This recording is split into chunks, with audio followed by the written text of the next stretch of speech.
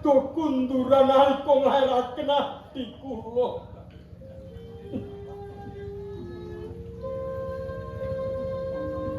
Eman sanget tepat. Nek wingi-wingi niku bapak ngendika kalih kula. Terus wonten pundi pangruktinipun ibu? Kula saged sungkem kaliyan ibu.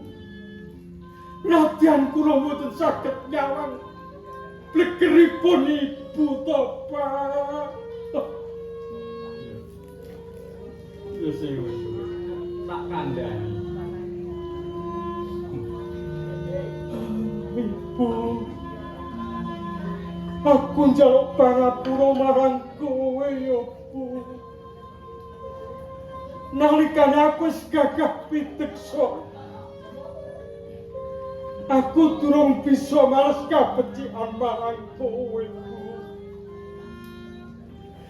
Ya kanthi tekad iki, Bu, aku njaluk donga pangestumu. Aku kepingin banget golek gawe nang Kutagara ya, Bu. Pak, aku njaluk pamit ya, Pak. Rene bapak wis menehi dalan marang aku. Ya aku wis ora duweni wong tuwa ibuku sing banget tak tresnani. Janjane aku dalaran tuwa kuwi dadi kang ngrawat adi-adimu. Jaga apa kang dibutuhke karo adi-adimu. Nanging rene kowe duwe penemu menawa arep lunga golek gawe. Janjane abot aku kang penata. Pak, aku lilanono. Kabeh mau kanggo kamuktene bapak.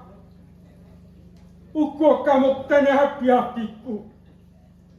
Aku wong tansah mapan ana ing kurunganing Karang Pratisah. Aku ora iso ngegalake suwingi pindhane manuk. Ora bisa nyecep ngelmu sing adoh. Pamikirku mung tansah gundel. Ora bisa nyawang karigenaning liya, kapinteraning liya. Urip sing tanpa ana tegese. Wis, kuwi nggih. Aku lilanono ya, Pak. Aku lilanono. Ning wis tak pikir kanthi temenan. Wis, Pak. Ya dikepeya meneh wae. Wong tuwa ora tega menawa kowe arep gawean ana ing Kutagara. Ya. Menawa wis tak antepi ora liya meneh wong tuwa ya narujuki. Bapak Sarjo, matur nuwun banget ya, Pak. Matur nuwun donga pangestune Bapak wae sing tansah kacang sinarengan panenguping Gusti Kang karo jagat. Waduh, matur nuwun sanget, Pak.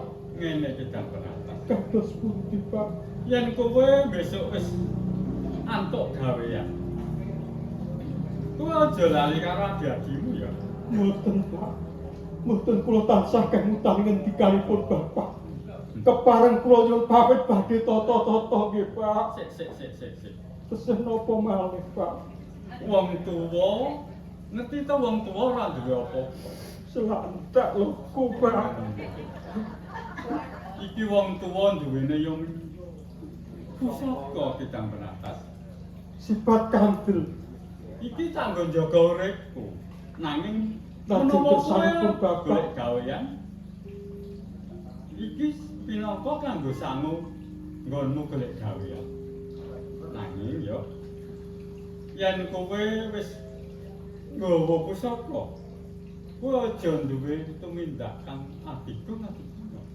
Tegese sapa wane aku sapa wane iso. Jalaran pusaka iki ora sak baene pusaka. Ana bebasan tamake gunung jubruk segala sak. Mula kudu kowe ngati-ati anggonmu njaga ya. Nggih.